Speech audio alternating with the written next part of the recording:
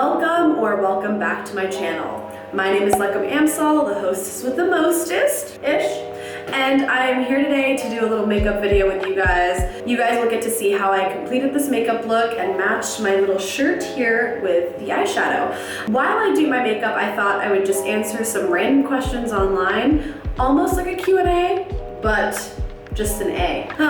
Okay, without further ado, let's get into the makeup routine. Oh, well, hello there. I know, the setting has changed.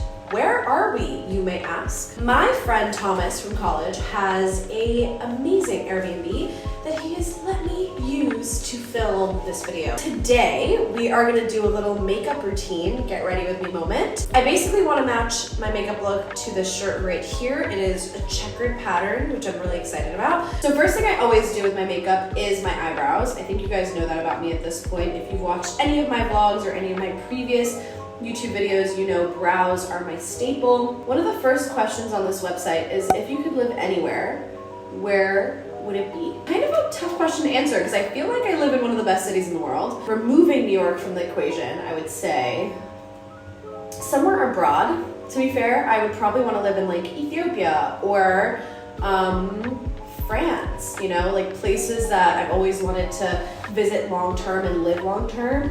Maybe even London. Alrighty, this Q&A is off to a great start. And while I clean my brushes, I'm gonna answer another question. So the next question is, what is your opinion on reality TV shows? And y'all, I live in the United States of America, specifically in New York City, as previously mentioned. And reality TV is just, it's a staple. You can't not have it. Am I saying that I sit and watch reality TV shows all the time? No. Is it a guilty pleasure?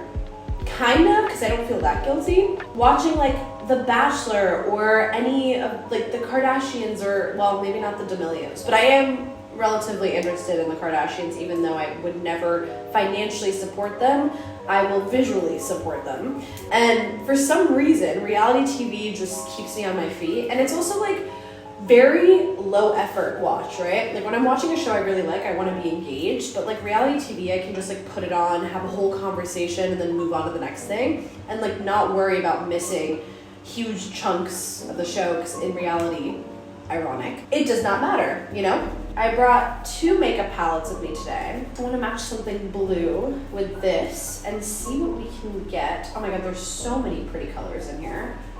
I love looking at a brand new palette because it's just so many options and opportunities. I'm like, what am I gonna do here? The next question is, what was the last movie that you watched?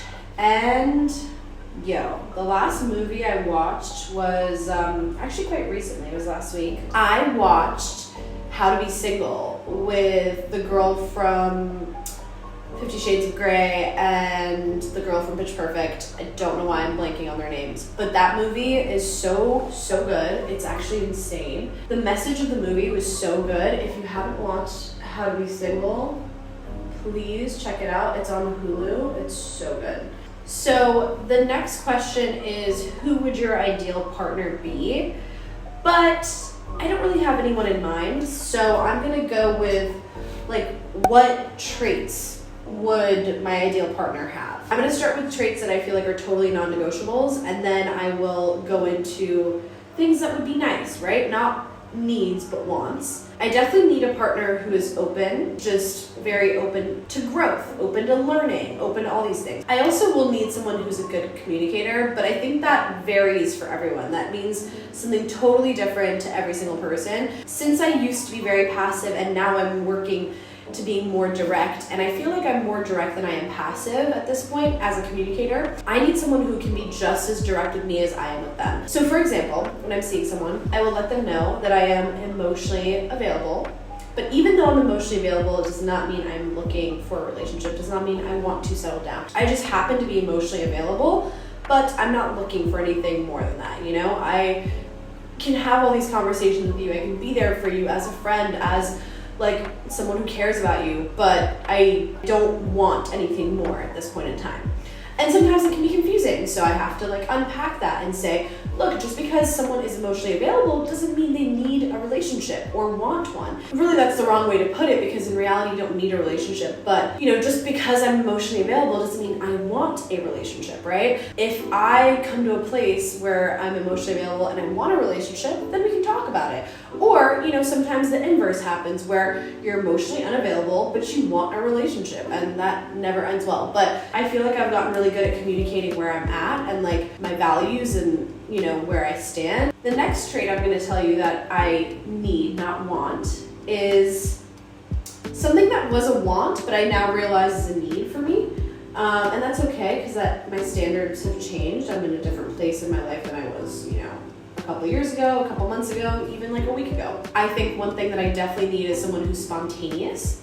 Like, I like someone who goes out of their way to buy me flowers randomly, or like say, hey, just picked up this, I'm gonna cook us dinner. I'd probably say the last thing I need in a partner is chemistry. I mean, in reality, like, that is a huge thing. And chemistry comes in all different forms. I think I have a lot of chemistry with a multitude of my friends, but that chemistry is different than someone who I'd want to be a partner or someone that I'd want to be dating. Chemistry is something that I can't really describe, and you need two people to kind of like see it. There's a certain feeling I get when I know that that's like what I like. Now on to something I would want in a partner.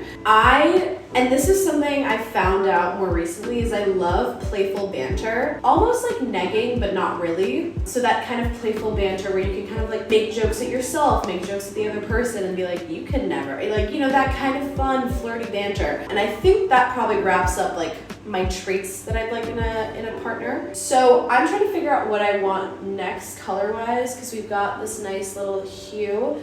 I'm kind of feeling this, but I could also just take it straight to a deep blue and then eyeliner. So we'll see. The next question is like, what's a favorite memory of yours? And I honestly feel like in terms of memories, I'm gonna go out of my way and say it like this. I'm gonna say my favorite era of life, which, when I was in this era, I totally didn't even know how much I loved it and what it meant to me. But when I lived abroad from the ages of 3 to 13, that was probably like one of my favorite times in life, looking back now. Like, everyone was so friendly, everyone was lovely, it was a beautiful environment. It was just like a culmination, a melting pot of so many people. It almost was like New York City, but like minus all the stigma and the racism and all the stuff that is negative, And to be fair, there was a lot of poverty, but we have that here too. And I think I didn't understand, like, I think the poverty affected me a lot more over there, but looking back, it's like the way everybody helps each other, even though the poverty rate is high, everyone finds a way, they're hardworking. And I'm not saying that's not the case here, but people are yearning for a better life, and people are there to help, and people are so open, and it's just like it was such a beautiful environment, and I can't even describe it properly. That's what I would go out of my way to say is, my favorite memory or era of time. I totally took it for granted at the time. I kind of hate that, but I think that's just the side effects of being a kid, and not knowing better. I'm actually kind of a fan of this eyeshadow look, and usually I do like a darker moment on the edges, but I kind of like it the way it is. You guys know, I have not put on foundation in years, and I put it on for the first time on Halloween weekend, and haven't put it on since. It's been like a couple weeks since Halloween, like 2 weeks. I feel like special occasions deserve foundation. Now, part of the reason I don't put on foundation is because we know I have a lot of eczema and skin problems, but I'm feeling good. My skin feels good. The next question on this list of random questions on this website that I just found today is, how many kids would you like to have?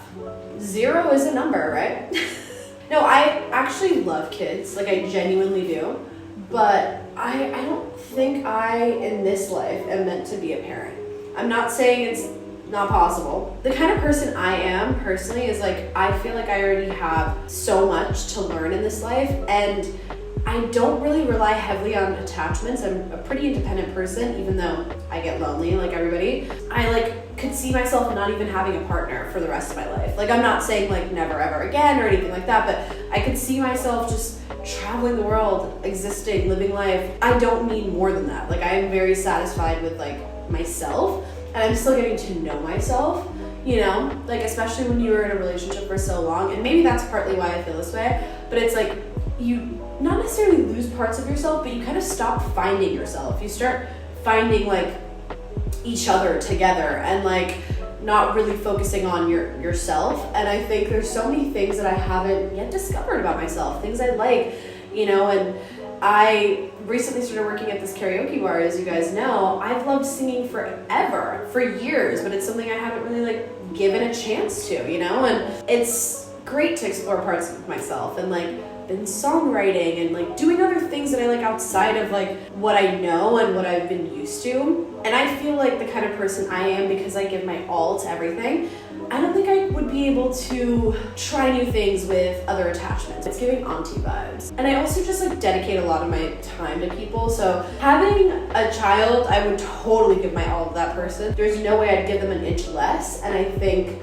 that would totally compromise like who I am. The next question is, how many tattoos do you have? So like the last time I was asked this question on camera, I only had 2, which we can review quickly. Let's get into it. So I have this, oh my God, it's so hard to like show the finger tattoos, jeez. I have this tattoo right here on my middle finger, left hand. When I got that tattoo, it was like October 29th of 2017. I remember the date. My best friend's freshman year decided to get tattoos. I was totally not gonna get one, like totally. And that was like my first impromptu decision. I was like, I'm not gonna get one. You know, and then I thought about it and I was sitting there and I was like, he was like $60 for like a tattoo. And I was like, And I showed him the wave and he was like, totally, I'll totally do that for you. But he was like, also, I feel kind of bad taking $60 for like the tiniest sticker of a tattoo.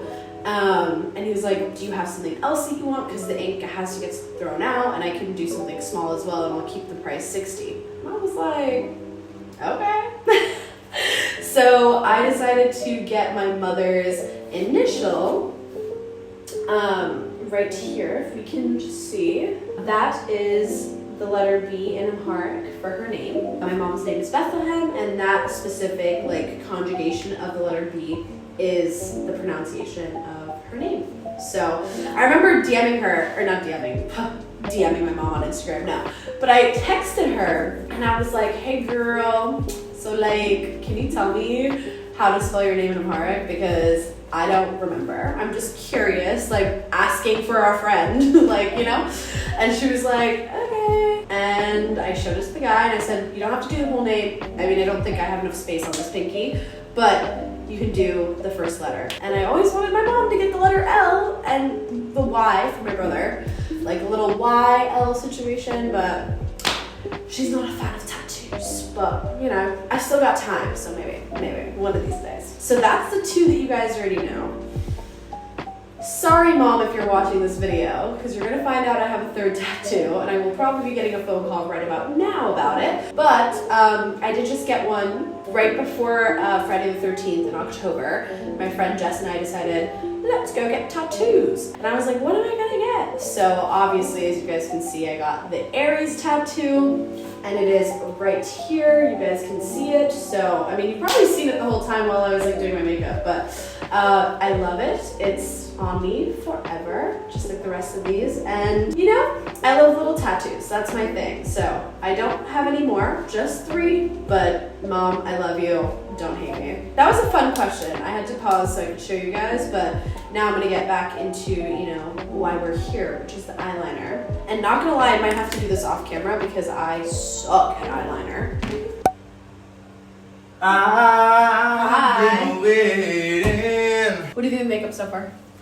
Oh, it's made up. Oh, it's made up. Huh? It's made up. It's made up. I fixed the eyeliner. I feel better.